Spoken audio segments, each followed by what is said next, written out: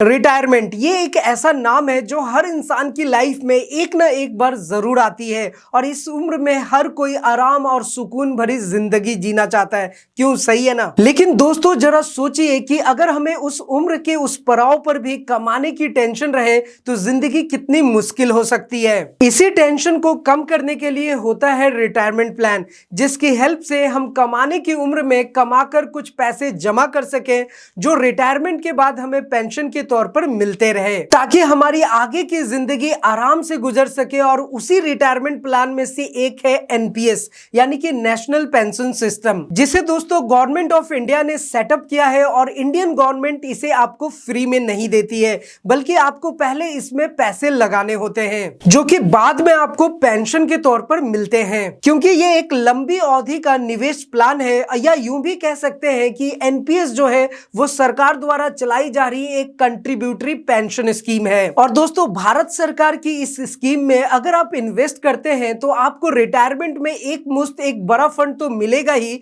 साथ ही आपको एन्युटी की रकम और उसकी परफॉर्मेंस के बेस पर आपको मंथली पेंशन भी मिलती रहेगी। तो दोस्तों क्यों है ना ये कमाल का स्कीम। तो चलिए जानते हैं इसके बारे में सब कुछ डिटेल में। सबसे पहले साल 2004 के जनवरी महीने में इंडियन गवर्नमेंट ने एनपीएस को सिर्फ गवर्नमेंट सर्विस वालों के लिए ही शुरू किया था, लेकिन फिर बाद में सरकार ने सोचा होगा कि इसका फायदा हर किसी को दिया जाना चाहिए, तो आगे चलकर साल 2009 में इस स्कीम को हर कैटेगरी के लोगों के लिए शुरू कर दिया गया। तो अब क्या है ना कि हम में से और आप में से कोई भी अपने वर्किंग लाइफ के दौरान एनपीएस में इन्वेस्ट आसानी से कर सकता है। इसका फायदा यह है कि जमा हुए पैसे को आप एक मुश्त में जितना चाहे उतना निकाल भी सकते हैं और बची हुई राशि से रिटायरमेंट के बाद पेंशन के तौर पर भी हर महीने ले सकते हैं। अच्छा, यहाँ पर मैं आपको यह भी बता दूं कि आपके इन्वेस्ट और उस पर मिलने वाले रिटर्न से एनपीएस अकाउंट हमेशा बढ़ता है। अब सवाल ये उठता है कि एनपीएस में इन्वेस्ट करने की जिम्मेदारी किसकी है। दरअसल इसे पीएफआरडीए यानी कि pension fund regulatory and authority की तरफ से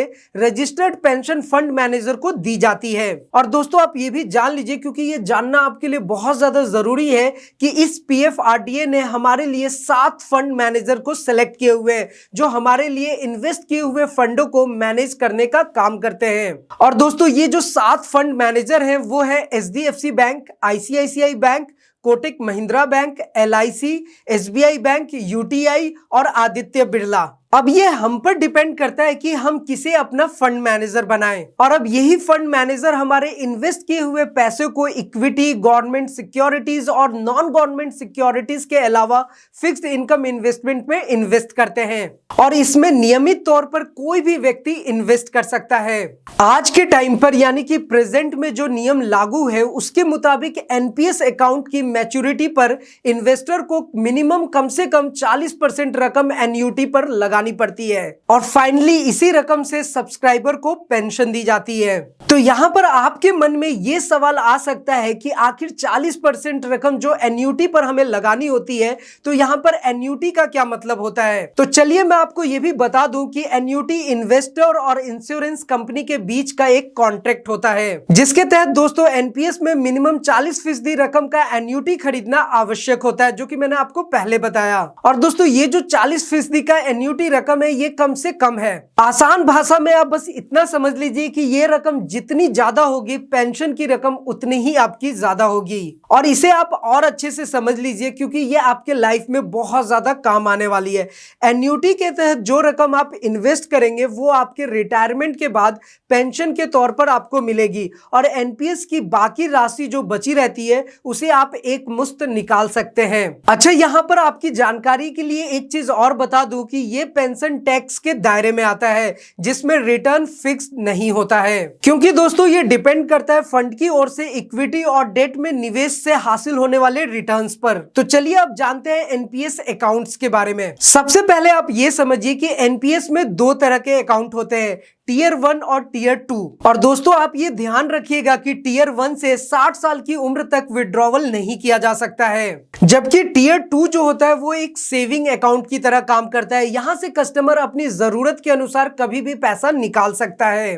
अब हम एनपीएस अकाउंट के फायदे के बारे में जान लेते हैं। एनपीएस से फाइनल विड्रॉवल पर 60% अमाउंट पर टैक्स फ्री होता है और इसके अलावा इनकम टैक्स एक्ट के सेक्शन 80 सीसीडी 1 के तहत कोई भी एनपीएस सब्सक्राइबर ग्रॉस इनकम का 10% तक का टैक्स में डिडक्शन का क्लेम कर सकता है और ये लिमिट सेक्शन 80 सीसीई के तहत 1.5 लाख रुपए है। तो वहीं सेक्शन 80 सीसीई के तहत 50,000 तक का और ज्यादा डिडक्शन भी क्लेम कर सकते हैं। और दोस्तों इन सब के अलावा एन्युटी की खरीद में इन्वेस्ट की गई रकम को भी टैक्स से पूरी तरह छूट दी गई है। तो दोस्तों मुझे उम्मीद है कि एनपीएस से रिलेटेड दी गई ये जानकारी आपको जरूर पसंद आई होगी। और दोस्तों अगर आपको भी सेविंग, डिपॉजिट, लोन से रिलेटेड कैसा भी क्वेरीज है तो आप डायरेक्टली हमें कांटेक्ट कर सकते हैं। हमारा सारा contact details and other details आपको नीचे डिस्क्रिप्शन में मिल जाएगा। और दोस्तों अगर आप चाहते हैं अपने फिक्स डिपॉजिट पे सबसे ज्यादा रिटर्न्स लेना या फिर एमआईएस में अच्छे तरीके से रिटर्न्स लेना, तो इन सब की जानकारी हम आपको अच्छे से प्रोवाइड कराते हैं,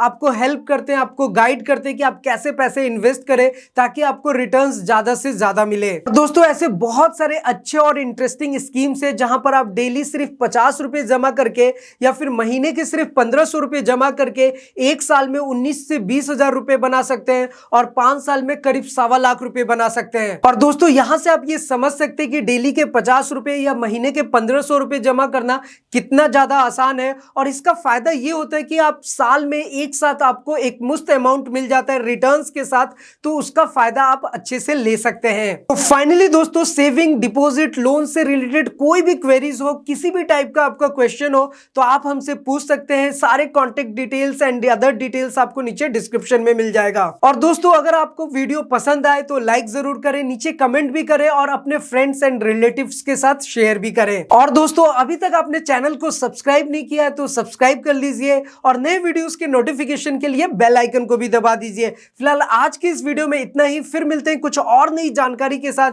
तब तक के लिए सलाम दुआ और कम प्रणाम, सत श्री अकाल। Keep watching, keep smiling. अपना और अपने साथ सबका ख्याल रखिए।